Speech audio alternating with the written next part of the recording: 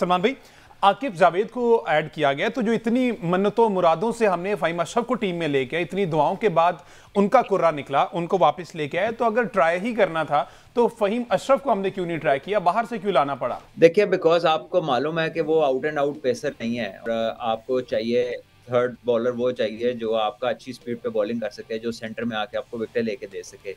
So probably ज़ाहिर है कि उसके ऊपर इतना कॉन्फिडेंस नहीं है, तभी वो बाहर जा रहे हैं बंदा लाने के लिए। वैसे तो ये भी हो सकता है कि प्लेयर्स को फिल इन कलर करने के लिए ला रहे हैं और कल फ़हीम को खिला दें, यू नेवर नो। जी। लेकिन if they don't play him and if they play somebody जो बाहर से आ रहा है, दिस मीन्स के ऊपर इतना उसके कॉन्फिडेंस नहीं है इनको। तो सलमान भाई, अगर पेस ही की बात है तो फिर हसनैन भी तो थे हमारे पास, उनको भी ट्राई कर लेते, आगे चैंपियन ट्रॉफी भी तो खिलानी है हमने। बिल्कुल, वो ऑलरेडी हैं but I don't know what are they looking for, क्योंकि जैसे आपने कहा कि प्लेस फिल इन करनी ज़रूरी नहीं होती। अगर एक ही आपके 2 मैचेज़ हैं, तो अगर आपको ज़रूरत पड़े तो आप अगले में भी बुला सकते थे। बट ठीक है, एक स्क्वाड है, उन्हें लग रहा होगा कि एक बंदा कम है, एक पूरा कर लें, तो आकिब को ले आएँ। और अभी ये भी नहीं पता ना, हतमी तो ये भी नहीं पता कि कब तक हारिस की इंजरी है, कब तक वो बाहर है, कब आएगा। सही है जी। अहमद, अच्छा बट साहब, आपने, मैं माफ़ी चाहूँगा, आपने जो कहा कि फ़हीम अशरफ जो है वो आउट एंड आउट पेसर भी नहीं है, बैटिंग में भी उसकी एवरेज जो है वो 10 रन के करीब है तकरीबन ओडीआई में। तो फिर वो क्या वजह है जिसकी वजह से वो टीम में हमेशा आ जाते हैं, वो निकलते हैं फिर आ जाते हैं, वो निकलते हैं फिर आ जाते हैं? कोई ऐसे मतलब आउटस्टैंडिंग फील्डर भी वो नहीं है कि जॉन्टी रोड्स की तरह उनको फील्डिंग की बुनियाद पर ही जो है वो टीम में लेकर आया जाए? तो वो कौन सी रीजंस हैं? मतलब हमें नहीं समझ में आ रहा कि फ़हीम अशरफ बार बार बाहर निकल के बार बार वापस क्यों आ जाते हैं। मैं फ़हीम अशरफ के अगेंस्ट नहीं हूं, लेकिन जाहिर है कि अगर इस तरह के प्लेयर्स को टीम में लाना है तो फिर वो प्लेयर जो पीछे मेहनत करते चले आ रहे हैं कई सालों से, डोमेस्टिक के अंदर भी, पीएसएल के अंदर भी आपको इससे बेहतर प्लेयर मिल जाएंगे अगर पीएसएल क्राइटेरिया है, नंबर्स की बुनियाद पर भी आपको इससे बेहतर प्लेयर मिल जाएंगे अगर नंबर क्राइटेरिया है। तो वो कौन सा क्राइटेरिया है जिसकी वजह से ये टीम के साथ ही हैं? मैं तो यही कहूँगा कि मैं थानू पूछ रहा, तुसीं मैनू पूछी जा रहे हो। बात ये है कि ना ये टेक्निकल रीज़न है, ना इसकी स्टैटिस्टिकल रीज़निंग है, ना इसकी कोई करंट रेलेवेंट फॉर्मेट की परफॉर्मेंस इसका रीज़न है। So this is something for the selectors to tell कि भाई क्या है?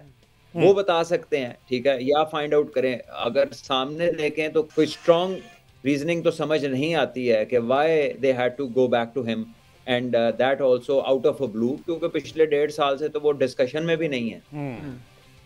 लेकिन कप्तान साहब तो कहते हैं कि वो हमारे प्लान का हिस्सा थे, तो वो फिर प्लान हमें बताएं कि वो कौन हो सा सकता प्लान था है जिसका वो हिस्सा थे। कप्तान जी ने भी तो हमसे प्लान शेयर नहीं ना किया, हमें क्या पता उनके प्लान का वाक़ई हिस्सा हो। लेकिन अपैरेंटली क्योंकि वो कहीं पर भी नहीं थे। देखिए, फास्ट बॉलिंग ऑलराउंडर्स अगर आपके पक्के प्लान का हिस्सा हो तो फिर वो ऑस्ट्रेलिया, साउथ अफ्रीका का टूर तो करे ना। एक ही तो शॉट फ़हीम अच्छी मारता है ज़्यादा, जिस पे उसको कंट्रोल है, वो पुल शॉट है, तो वो ऑस्ट्रेलिया, साउथ अफ्रीका में ज़्यादा लगती है। उधर भी वो नज़र नहीं आया। उधर मीडियम पेसर का बॉल भी अच्छा कैरी करता है, फिर भी वो उधर नज़र नहीं आया। तो पता नहीं कैसे प्लान का हिस्सा था ये। वो साफ़ी और टर्म में जहां कहते उन्होंने हैं ना खेलना है कि उनमें से कजाफी स्टेडियम में जो 3 मैच उन्होंने खेले उसमें उन्होंने 2 आउट किए हैं, और दुबई में जो उन्होंने 8 मैचेस खेले हैं उनमें उन्हें 3 आउट किए हैं। वाह, स्टैट्स तो अच्छे हैं, बेहतरीन है। और वसीम अकरम ने भी कहा था, वो कहते हैं सीगा राज में रखा गया है, तो वो सारा प्लान सीगा राज में रखा गया था कि जिस तरह से प्लान का हिस्सा है। तो खुशदिल शाह भी किसी प्लान का हिस्सा नहीं थे, कहीं नजर ही नहीं आ रहे थे, और वो भी अचानक से हैं और वो बीपीएल की परफॉर्मेंस पे हैं, और जिस तरह की परफॉर्मेंस थी वो हमने देख लिया। तो इन चीज़ों को खैर आप अगेन फिर से कहेंगे कि एक मैच की परफॉर्मेंस की बेस पे आप इसको किसी को बाहर या अंदर नहीं कर सकते, लेकिन T20 फॉर्मेट, ओडीआई फॉर्मेट में अचानक से लाना और उसमें वो परफॉर्म नहीं कर पाए जिस जगह पर उनकी ज़रूरत है, और वहाँ पे लंबे अरसे तक ज़रूरत रहनी है, तो खुशदिल को आपको लगता है कि एक्सक्यूज़ करना पड़ेगा? देखिए हमजा, अभी तो चैंपियंस ट्रॉफी है और इसका स्क्वाड अनाउंस हो चुका है। मैं तो पहले भी कह चुका हूँ कि व्हाटएवर वी थिंक जी। Is at the moment not relevant, कि हम इनको उतना बैक कर लें जितना इनको बैक करना चाहिए। फिर ज़ाहिर है सवाल इन्हीं से होंगे जिन्होंने रखे हैं, सवाल इन्हीं से होंगे जो परफॉर्म नहीं करेंगे। अल्लाह करे कि ये करें और हम कहें कि यार हमें नहीं पता था, ये बहुत कमाल की प्लानिंग थी, बड़ा आला विज़न था। अल्लाह करे कि हमें ऐसा कहना पड़ जाए, ठीक है? But at the face of it अगर वो उसके ऊपर डायरेक्टली रिलाय नहीं कर रहे या खुद से उसको खिला नहीं पा रहे अंदर ला के भी, तो दैट मीन्स कि वो फर्स्ट चॉइस ग्रुप में नहीं आते। बहरहाल मैं अभी ज़्यादा कहना नहीं चाहता, पता है हम रोज़ाना यही डिस्कस कर रहे हैं और हर बंदा यही डिस्कस कर रहा है। जी। And I am sure the team at some point of time they listen to it and these things ये उन तक पहुँचती हैं।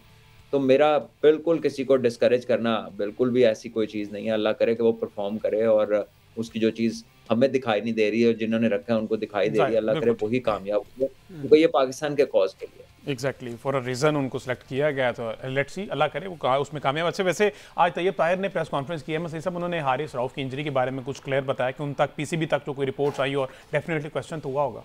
लेकिन सबसे पहले तो मैं इसी बात पर हैरान हूँ कि आज तैयब ताहिर ने प्रेस कॉन्फ्रेंस कर दी है, और तैयब ताहिर ने जो प्रेस कॉन्फ्रेंस की है उसमें उन्हें ज़ाहिर है कि इस बात का, इस अज़म का इजहार किया है कि हम ये कल का मैच जीत के जो है वो टूर्नामेंट का फाइनल खेलने की कोशिश करेंगे। हारिस रऊफ़ की इंजरी के बारे में जो आपने पूछा है, हारिस रऊफ़ को थोड़ा सा अभी मसल्स के अंदर जो है वो उनके थोड़ा वो खिंचाव महसूस कर रहे हैं, जिसकी वजह से एहतियातन पीसीबी ने उनको कल के मैच और फाइनल से जो है वो रेस्ट देने का फैसला किया है ताकि वो चैंपियंस ट्रॉफी के अंदर फिट होकर आएँ। कोई ऐसी संजीदा नौयत की इंजरी जो है वो हारिस रऊफ़ को लकीली नहीं हुई है। बहरहाल कितने पॉजिटिव है, उन्होंने फाइनल के लिए भी कह दिया कि फाइनल में भी उनको रेस्ट देने के लिए, चलिए ठीक है, फाइनल में पहुंचेंगे हम सही साहब, इंशाल्लाह पहुंचेंगे। अच्छा बट साहब ये चूंकि अब तो रास्ता साफ है, कल साउथ अफ्रीका को हराएं इंशाल्लाह। रचिन रविंद्रा जिस तरह से इंजर्ड हुए हैं बहुत सी, वैसे आपके नज़दीक आपको क्या लगता है कि वो उन्हीं लाइट्स का इशू हो सकता है, या बॉल मिस जज हुआ, या फिर रचिन की अपनी है कि वो फोकस नहीं थे?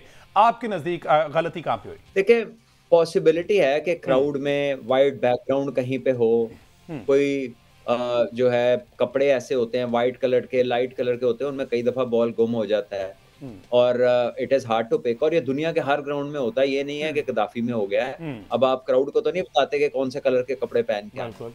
सो कोई जब आपकी बैड लक होती है तो फिर कहीं पर भी ऐसा हो सकता है। वहीं पे सारों ने आउटस्टैंडिंग कैच भी लिए हैं, वहीं पे बैटिंग बॉलिंग हर चीज़ हो रही है, सब कुछ हुआ है। तो ये कह देना कि वो लाइट का मसला है, मतलब मैं तो हैरान हूँ। चलो बाहर के दूसरे लोग तो जो करें तो समझ आती है कि वो उन्होंने करना है। हमारे तो अपने अच्छे खासे बिल्कुल जो हैं लोग वो इस तरह की बातें कर रहे हैं, और बातें उनकी सुन के लगता है कि 20 साल से वो लाइटें ही बना रहे हैं, लाइटों का ही काम कर रहे हैं, और उन्हें दूर से ही नुक्स पता चल गया है। लेकिन पता यही लगता है एंड में कि सिर्फ बातें ही बनाते हैं और कुछ भी नहीं बनाते। जी अहमद, क्या अपडेट है वैसे इनकी? रचिन वैसे अगले मैच में बाहर डगआउट में बैठे नजर आए, इज फीलिंग गुड? जी, रचिन रविंद्रा को इस तरह से बॉल लगने के फुटेजेस आई, सबसे पहले तो हम यकीनन इस प्लेटफॉर्म से उनके लिए गुड लक विश करेंगे। हमें उम्मीद है कि वो रिटर्न करेंगे इंजरी के बाद जो है वापस आकर, और बॉल तो उन्होंने काफ़ी ज़ोर से लगाया, लेकिन ज़ाहिर इस तरह से भट्ट साहब ने कहा है कि इसकी जो तरह तरह की तौजीहात पेश की जा रही हैं, तरह तरह की इसके बारे में शगुफे छोड़े जा रहे हैं, खासतौर पर उन लोगों की जानिब से जिन्होंने यहाँ पर खेलने आना भी नहीं है, उनकी तरफ से बहुत ज़्यादा शोर मचाया जा रहा है कि ये कज़ाफ़ी स्टेडियम की लाइट्स का मसला है। ठीक है जी, नेशनल स्टेडियम कराची में जिसमें आज इनाग्रेशन भी है नेशनल स्टेडियम की, जैसे कज़ाफ़ी की हमने देखी, नेशनल स्टेडियम में बहुत सी तब्दीली हुई हैं। क्या क्या तब्दीली है वहाँ पर? लाइट्स अहमद सही से जान लेते हैं। अहमद सईद, लाइट्स का मामला था, फैंस बहरहाल वहीं पे मौजूद है। जी देखेंगे, नेशनल स्टेडियम कराची में सबसे बड़ा मसला तो फ़ैन एक्सपीरियंस का था, उसमें ज़ाहिर है कि उसमें बेहतरी लाई गई है। दूसरा मसला वहाँ पर जो है वो पार्किंग का हुआ करता था पीएसएल के मैच के दौरान और इंटरनेशनल मैच दौरान, तो उस मसले को पीसीबी ने एड्रेस करने की कोशिश की, और कल पीसीबी ने एक रिहर्सल की है वहाँ पर। जैसे लाइट्स के बारे में आपने कहा, तो लाइट्स का जो है वो उसकी कल टेस्टिंग की गई है, और एक बहुत शानदार नज़ारा जो है वो शायकीन को उस वक्त भी देखने मिला। तो अभी जो चंद दिन कबल 7 तारीख को कज़ाफ़ी स्टेडियम में इनाग्रेशन हुई है, उसी तरह की एक इनाग्रेशन जो है वो आज नेशनल स्टेडियम कराची की भी हो रही है, जहाँ पर सदर ममलिकत आसिफ अली जरदारी को मदऊ किया गया है। साथ ही साथ जो है वो वहाँ पर एक म्यूज़िकल नाइट रखी गई है। आज वहाँ जो वर्कर्स थे उनके एजाज़ में भी एक ज़ोहाना दिया गया है। तो ये बहुत ही शानदार खबरें हैं जो पाकिस्तान क्रिकेट बोर्ड की तरफ से आ रही हैं इंफ्रास्ट्रक्चर को लेकर, और नेशनल स्टेडियम कराची जो है वो कल होस्ट करने जा रहा है पाकिस्तान और साउथ अफ्रीका का वो मैच, जिसकी विनिंग टीम के बाद ये डिसाइड होगा कि कौन सी टीम जो है वो फाइनल में न्यूजीलैंड का सामना करेगी। तो हम अगेन बहुत ज़्यादा अप्रिशिएट करते हैं पीसीबी को, बहुत ज़्यादा उनके तहसीन करते हैं इस बात पर कि उन्होंने क्रिकेट के इंफ्रास्ट्रक्चर को बेहतर करने के लिए जो उनसे बन पड़ा हुआ उन्होंने बहुत ही मुख्तसर अरसे के अंदर बहुत ही शानदार अंदाज में किया। सलमान भाई, आवाज़ आ रही है आपको? आप साथ ही हैं? जी जी आ रही है आवाज़। सलमान भाई, अगर आज क्योंकि नेशनल स्टेडियम का भी इनाग्रेशन है, हमने देखा, आपने दोनों स्टेडियम डेफिनेटली देखे, वहाँ पर बकौल आपके, मैं तो खैर नहीं गया हूँ, फैन एक्सपीरियंस उस तरह से नहीं है जैसा कज़ाफ़ी का, और कज़ाफ़ी का मजीद अपग्रेड कर दिया गया है। फैंस एक मेन मसला था जो कि वहीं का वहीं है। बहुत से प्लेटफॉर्म से आवाज़ें उठी कि इसको हटाया जाए, लेकिन नहीं किया, हटाया जा सका। आपके नज़दीक, अब चूँकि आपने डेफिनेटली कराची वाला स्टेडियम भी देखा होगा, अपग्रेडेशन के बाद गालिबन देखा आपने सर ये? देखिए, मैंने अपग्रेडेशन के बाद नहीं देखा, ये तो अभी प्रोसेस इसका चल रहा था, शायद 1-2 दिन पहले ये कंप्लीट हुआ होगा, और वहाँ पे कोई क्रिकेट नहीं हुई, और हम उधर तभी जाते हैं जब कोई क्रिकेट का होता है, कोई इवेंट वगैरह। लेकिन बात ये है कि फैन का जो एक्सपीरियंस है ना, वो तब तक एनहांस नहीं होगा, बेहतर नहीं होगा, जब तक ये आगे से जंगला नहीं हटे। बिल्कुल। So it has to be like that. So वो अब करें, बाद में करें, कब करें, for that to improve I think कि वो बेहतर होने के लिए ज़रूरत है। अभी तो जो एक्सपीरियंस बेटर होगा शायद वो ब्रॉडकास्टर्स का हो जाए, दफ्तर वालों का हो जाए, वो ड्रेसिंग रूम को लेकर हो जाए, स्क्रीन बेहतर हो जाए। लेकिन जो आम बंदे का एक्सपीरियंस है उसके आगे तो जंगला ही है। तो वो that needs to go. It needs to be a better facility. उसके टॉयलेट्स के कोई हाल नहीं था। आई होप कि वो उन्होंने बेहतर कर दिए होंगे। लोगों की एंट्री एग्जिट का जो इशू है वो बेहतर कर दिया होगा। फिर कराची स्टेडियम की जो छत है जी, अब वल्लाह आलम वो बदली है कि नहीं बदली, लेकिन उसमें आप ऊपर टॉप टियर पे बैठे हो तो नीचे तो नजर नहीं आता, आपको टेढ़ा मेढ़ा होकर देखना पड़ता है। पता नहीं वो जब लगी थी तो ऐसे लगता है किसी ने फ्री दी थी तो लगा ली, क्योंकि वहां से तो आपके बॉक्सेस का व्यू ही ठीक नहीं था।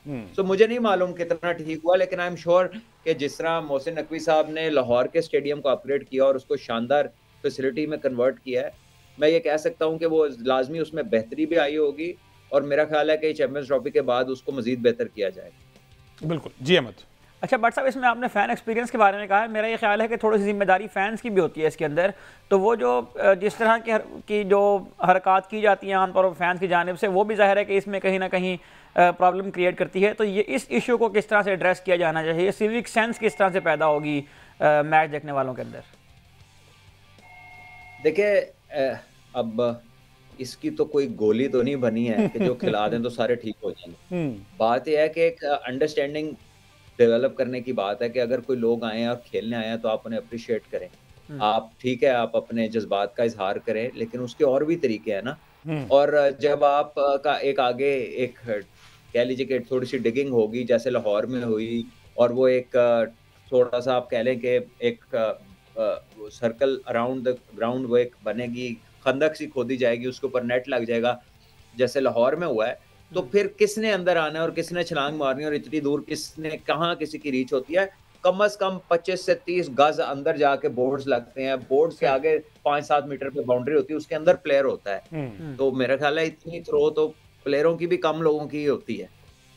ठीक है, I think that can be done, that will be done इंशाल्लाह, होपफुली इंशाल्लाह। और आज मजीद कुछ विजुअल्स हमारे सामने आ जाएंगे किस तरह से इस पर मेहनत करके एक अच्छा बनाया गया, और वर्कर्स के एहतमाम में जो नकवी साहब ने कज़ाफ़ी स्टेडियम में भी किया, यहाँ पे भी किया, उनको लंच प्रोवाइड किया गया और उनको मैच देखने की दावत भी दी गई, जो कि एक ग्रेट जेस्चर है मोहसिन नकवी साहब की जानिब से।